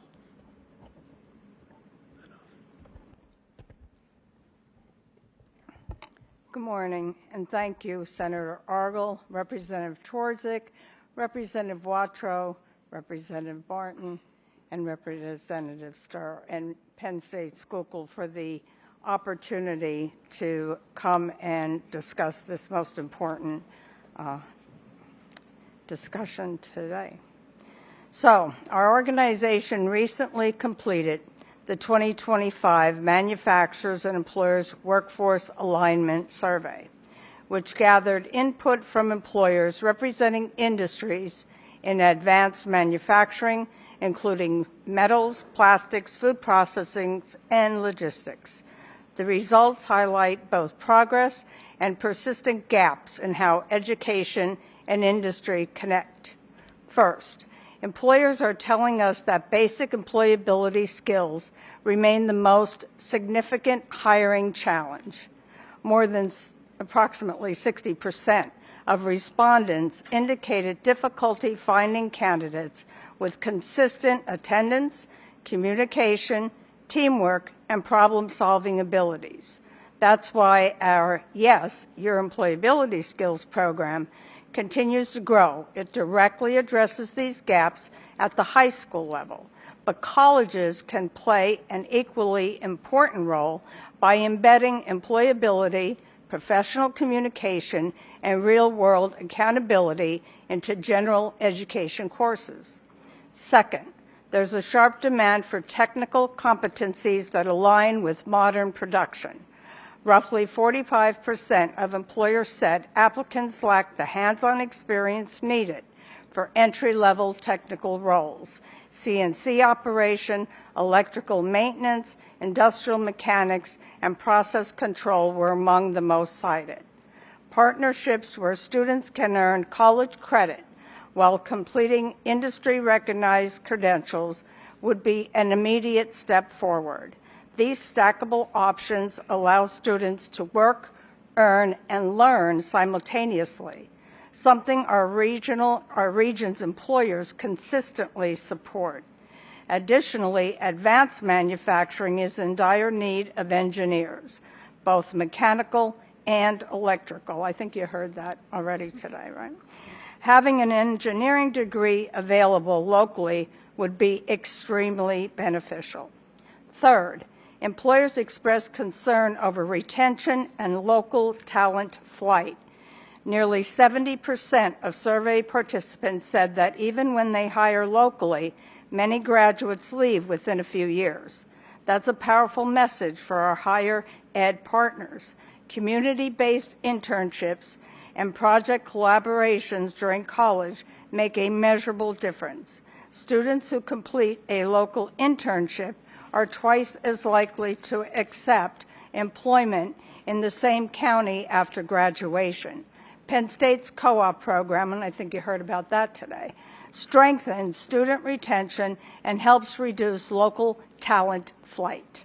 Fourth, companies continue to call for stronger communication channels between educators and employers. Only approximately 30% of employers reported being contacted by a college in the past year to discuss curriculum alignment. Regular advisory meetings, faculty site visits, and industry day events could close the loop, ensuring coursework matches the technology and processes used on today's shop floors. Fifth, employers noted a need for career awareness earlier in the pipeline.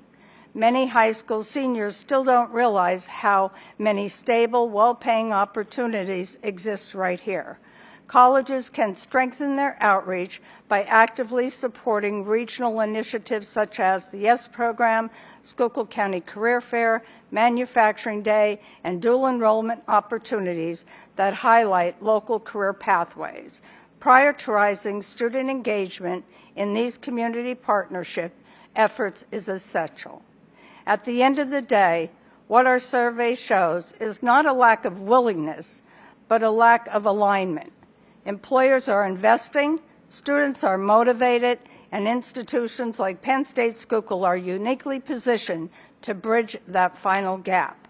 By integrating work-based learning, soft skills reinforcement, and ongoing dialogue with industry, our colleges can ensure that graduates aren't just employable, they're staying, thriving, and leading in our communities. Thank you. Thanks, Darlene. Micah Gursky.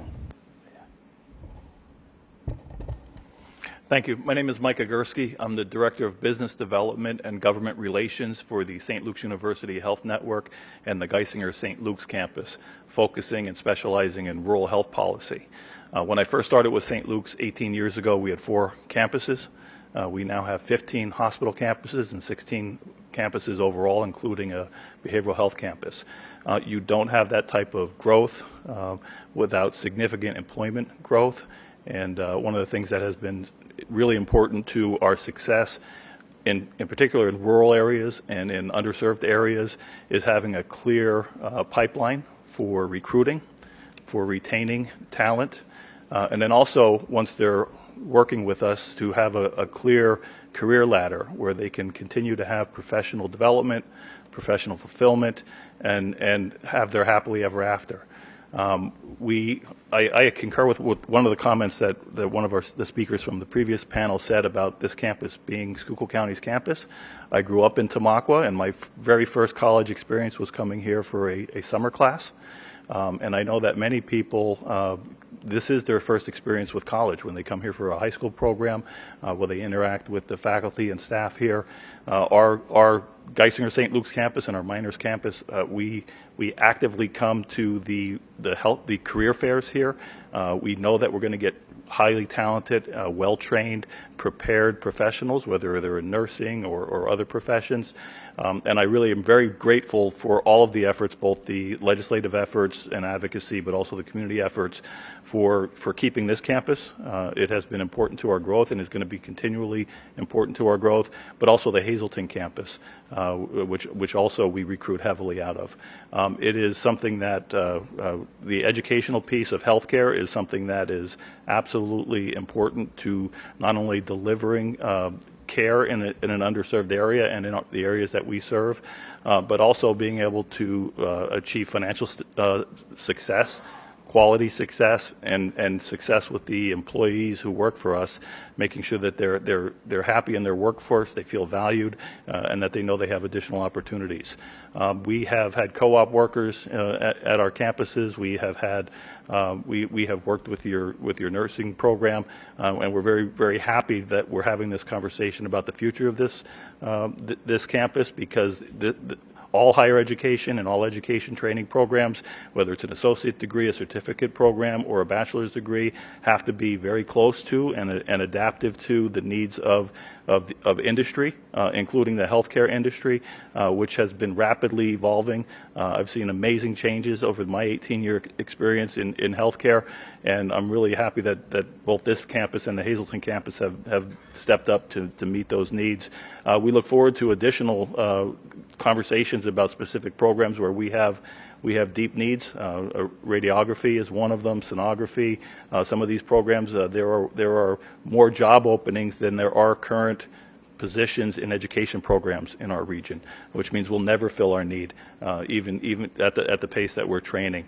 It's something that St. Luke's is very proud of, the integration of the educational program and our partnerships.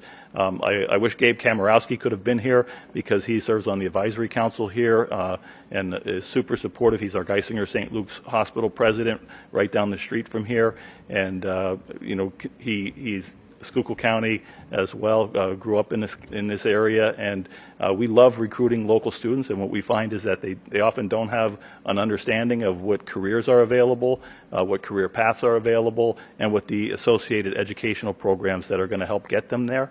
And then once they have that experience, it's a lot easier to recruit them. I will end with one anecdote where we were working with a high school senior who thought she wanted to be a physician.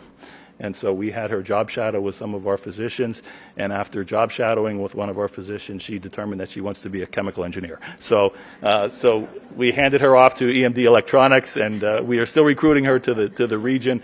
But I think that we have this idea that that young people have, or people of any age have, a clear view of where they're going in their career. I suspect very few of us at these tables did. Very few people in the audience did as well. So we have to be continually adaptive and make sure that the people who are in our community have a good understanding of those programs.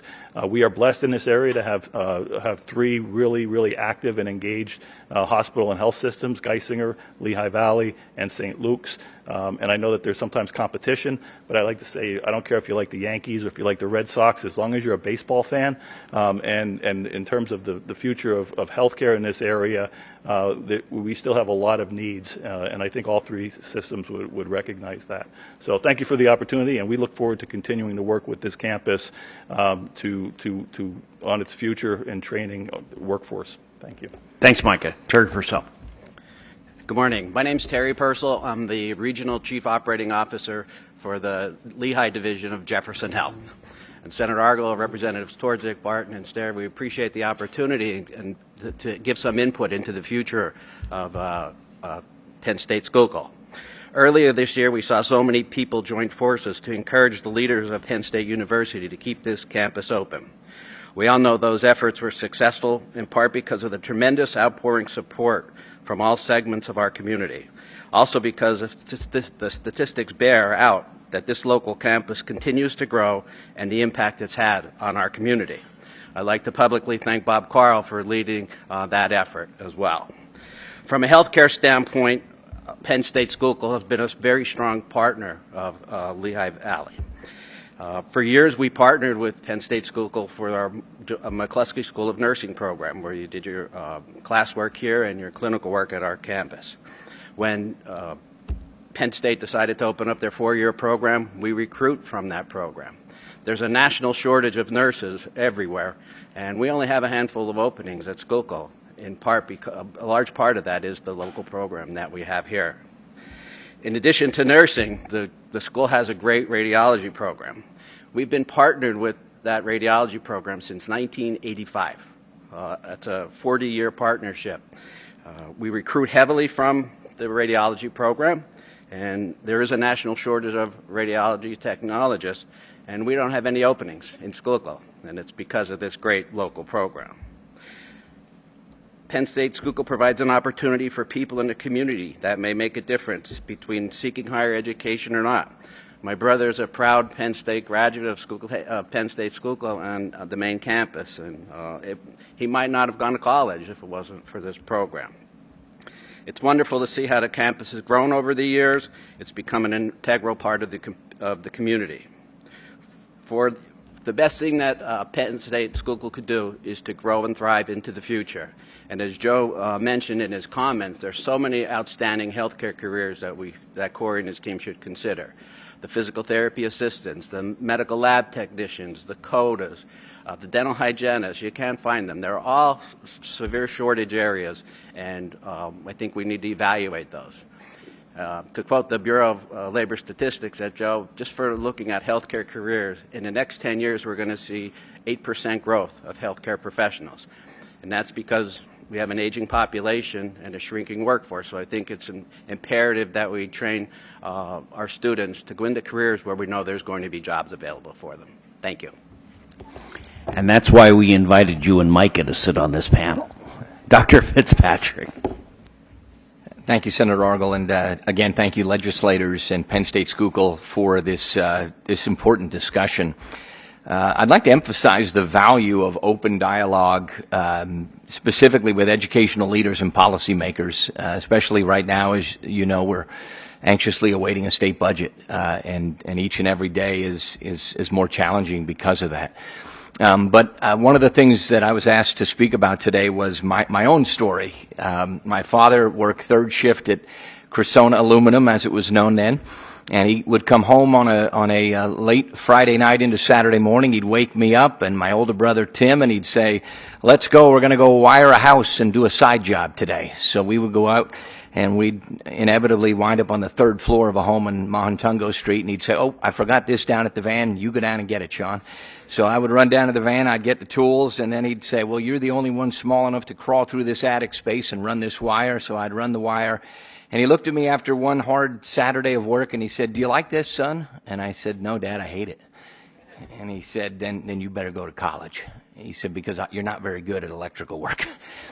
So I had the honor of meeting Jim Stein, who gave me a scholarship. And Of course, this is the only place that I had even applied to, and I'm very blessed for the folks that were here that took me under their wing. That scholarship led to a bunch of letters after my name over the years, from master's degrees to doctoral degrees, but as President Ben DiPuti often says, the three most important letters that it put after my name were J-O-B. I've always had a job or two or three in some instances, and I'm very appreciative of the hard work of the young man I saw up here earlier working in the insurance business. I was on the radio 6 to midnight on an AM station to pay my way through college, so I can sympathize with our insurance agent there. Just want to highlight some of the successes we already have with our local school districts. I think I've heard 14 districts that serve this area. We have a few of the superintendents. I see Mike Maley from Minersville over there. Our dual enrollment courses, I love what's being done with the YES program, and Darlene hit the nail on the head. These are kids that are going to go on to do great things. But I also want to make sure we note the challenges, the declining enrollments, teacher shortages that we have, the mental health needs, and of course, the aging facilities in our brick and mortar school districts.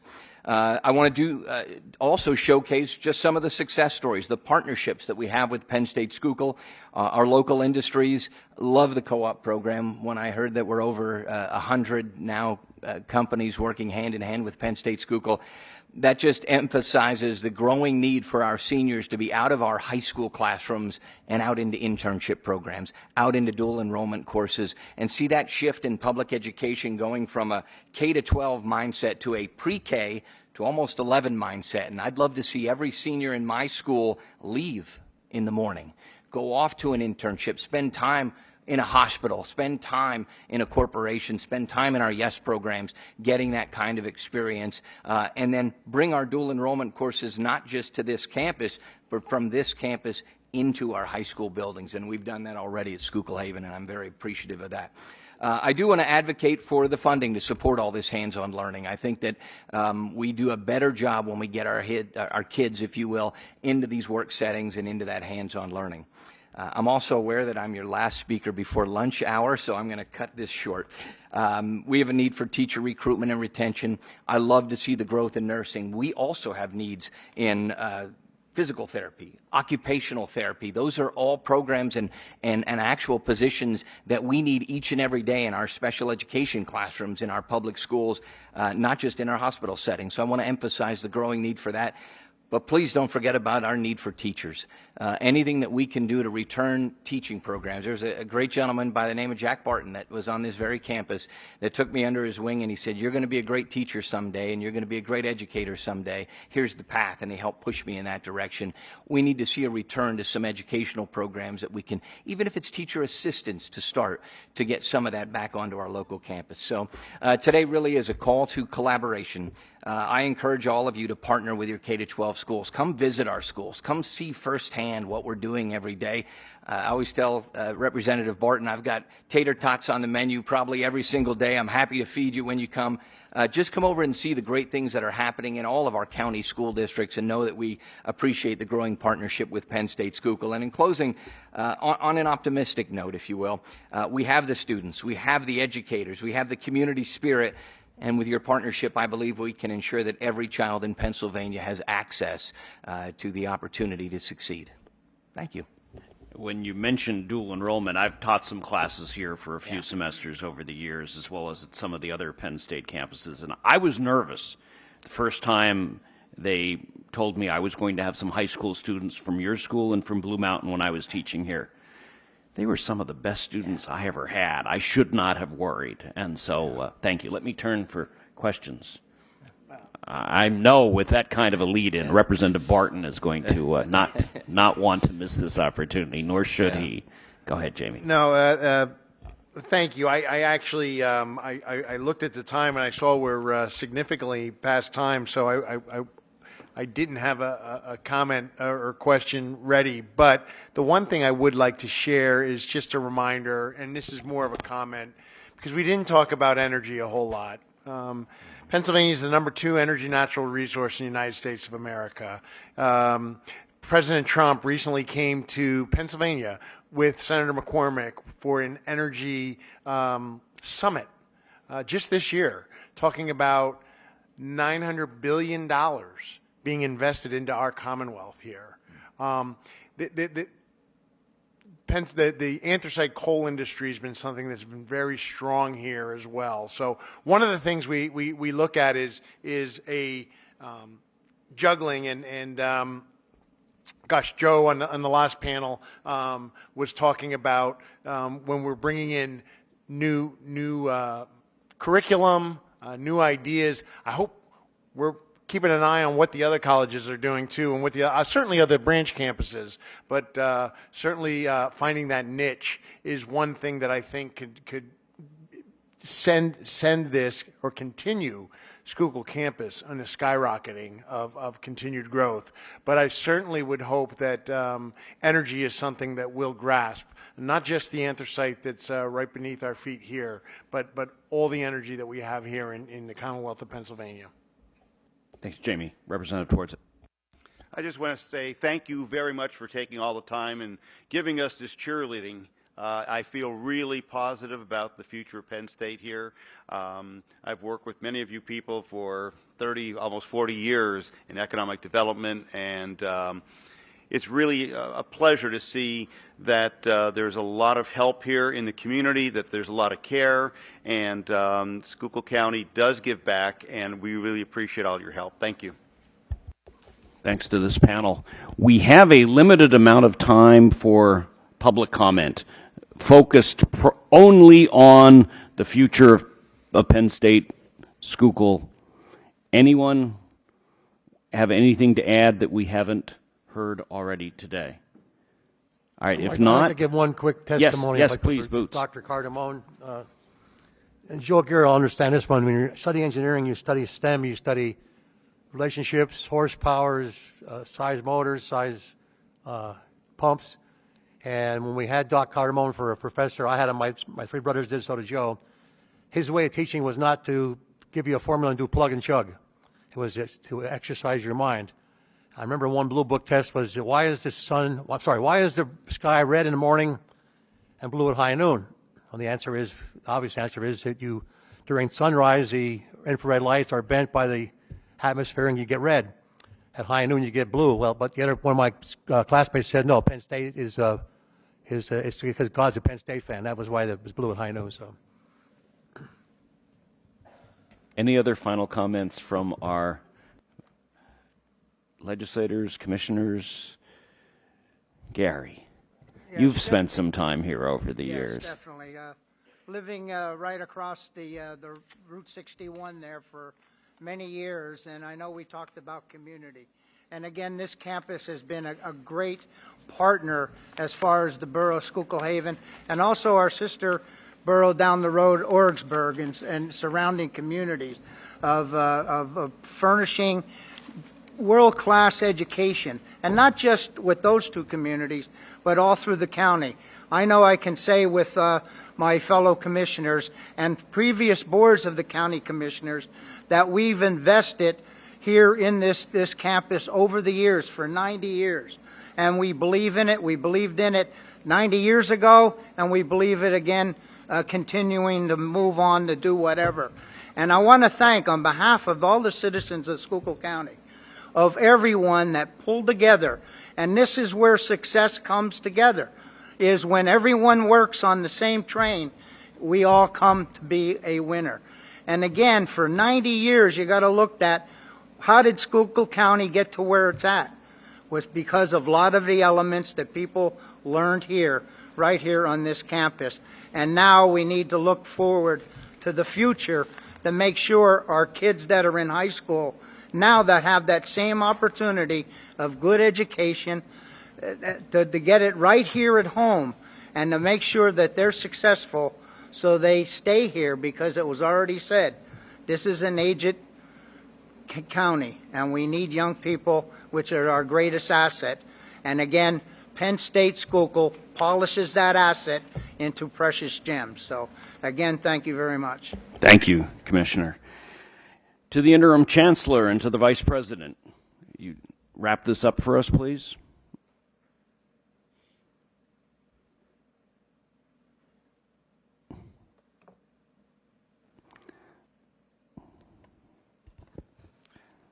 First of all, thank you everybody for coming. Thank you to everyone on stage. Thank you to everyone being involved in this situation. I'll sit and get comfortable for a second. A couple of quick comments. What were the questions that were asked that I had? We are hiring 7. That's what we've been approved for. 7 new faculty members, which, as Dr. Endell mentioned, we lost a lot through the voluntary separation incentive program, and then being on the list, we also lost faculty there too.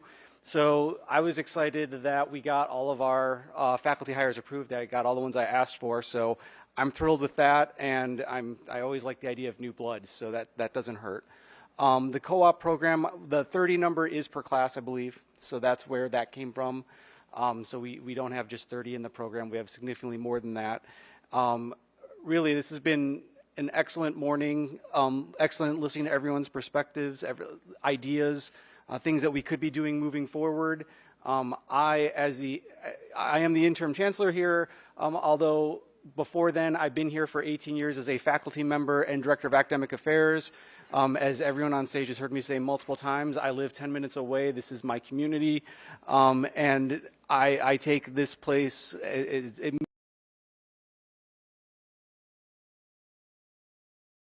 means a lot to me. Not just the campus, but the county community as well. And I guess I'll end with the word of the day, and I just hope that we can continue to grow and thrive. Thank you very much. Thanks, Corey. Mike, one question, if you can, several, or maybe both of you. The one question that came up was, and I know this is sensitive, so I'm not expecting a detailed answer. Obviously, some campuses got the news that we did not want, and so they got the bad news. How are those programs that are still needed going to be allocated? Who makes that decision? When is that decision made?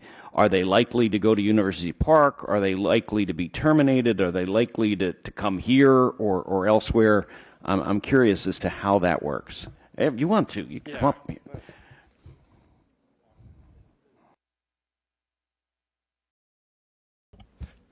Thanks for that question. So prior to even the analysis of the campus closures, we initiated an academic portfolio and program review in university-wide, not at just campuses or at University Park. Part of that process is to identify aligning needs with local needs and the programs that are being offered. And if there is growing demand in certain programs and we're not either acknowledging that growth or even offering that program where the growth is. And so that is still being wrapped up, but there is a lot of discussions, as Corey can probably attest to, around, as we're going through this process, if programs will no longer be offered in a certain area because of the campus closures, there is a determination going on around does it make sense that they restart somewhere else, or was part of the problem that there was such low demand or low need in the Commonwealth for some of these programs that they just won't continue,